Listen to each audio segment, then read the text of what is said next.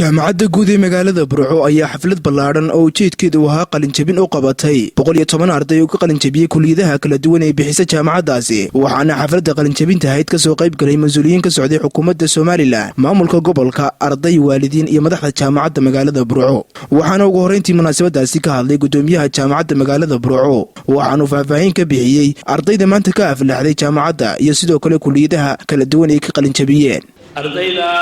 110 ku dhawaadka ee ka kooban 7 faculty xag caafimaad xag maamul iyo xag walba waxaanu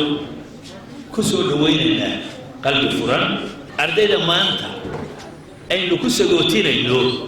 dididkii iyo dheecaankii 4 sano googo'a ay soo wadeen guul baan idin rajaynayaa farxad baad ku ciidaysaan barasaabka gobolka Togdheer Maxamed Ibrahim Aadan Qabyatire wasiirka wasaaradda waxbarashada Soomaaliland Cabdillaahi Ibrahim Habane wasiirka macdanta iyo tamarta Soomaaliland Xuseen Cabdi Ducaale ayaa iyaguna geestooda hambalyo iyo bogaadin u diray ardayda kala duwan ee ka qalin jabisay jaamacadda iyagoo alle uga bariyay inuu ku anfaco cilmiga ay barteen wasiir top 10ka waxa la yiraahdo public iyo private baa u qaybsan public iyo private marka la isu geeyo hablo iyo wiilalba 40 baa u qaybsan waxa gobolkani uu xaq sanadkan uu helay guuliyo orod iyo dadaalba wuxuu ku helay 29 ilaa 40kii ay ka helaan balgaro jaamacaduhuna aqoonta ka soo fiftay gobolka qaybay kay hadii wax la xisaabinayo kuwaas amaanta ugu sareeyay lama filayaa waxa kaloo noo bishaara amaanta ardayda ugu bishaareeyay imikana aqoonta barateen hal tagina meelaba burcadi ugu soo celiya gobolka ugu soo celiya inaan dawladdu shaqo ka sugeyn dawladdu waxay shaqeyn kartaa waa maxduud weyn inay ama shaqo abuurtay ku abuuri karaan ama ay private sector shaqo ka abuurtadaan waxaan kula talinayaa waa riili aad u muhiimsanaya inay hawlgal isawgaliyaan inay u adeegaan shaqo u adeegaan dadka u adeegaan dadka u shaqo adeegaan waan isugu inay mufti wax la siiyo iyo xiliyaan bayaan markaa uu leeyahay mar labaad iyo mar saddexaad waxaan tahriyeeynaa dhalinyarada qalin jabisay maanta aad iyo aad waxaan leeyahay awguuriyo waxa weeyaan aad iyo aad ayaan arrinkan ugu faraxsanahay inaan maanta ka soo qayb galno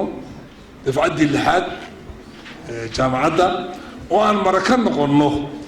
in ay dhamaystirteen digriigii hore aanu maraka noqono aqoontuna waa joogto waad sii wadaysaan salaam ka sheelaanta ka soo qoday ayaan ugu salaamaynaa haddaan nahay wasaaradda waxbarashada intaa marka laga yimaado reer Burco aad iyo aad baan nii bogaadinaynaa sanadkan annagu kolba qofkii dadaalu man ag joogaynaa ma kala jecelin kolba qofkii dadaalaan jecelnahay kolba qofkii dadaalaan baan ag joogaynaa kolba qofkii dadaalaan wax la qabanaynaa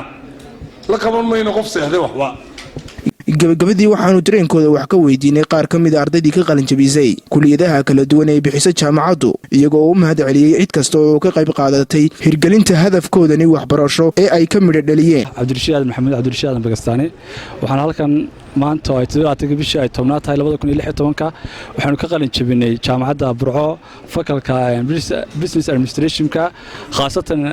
qaybta accounting-ga halkan waxaan uga mahadnaqayaa dhammaan family-gayga oo ugu horeyso hooyadii Saadaxa Jaal Ismaan magacaygu waa Sayid Salaman Ducaale waxaan ka mid ah ardayda ka qalin jabisay jaamacadda Burco gaar ahaan community diploma-ka aad baan u faraxsanahay maanta waxaan halkan uga mahad celinayaa dhammaan family-gaygii iga soo qayb qaatay waxbarashada heerkan ay soo gaadhay Quraan Axmed Raage oo ka qalin jabiyay kulliyadda xanaanada xoolaha ee jaamacadda Burco waa Cabdisalaan Axmed Awad Cabdi Jermani Bulsha TV magaalada Burco halkan waxaan ka salaamayaa hooyaday Seen Maxamed Magan iyo asxaabteeda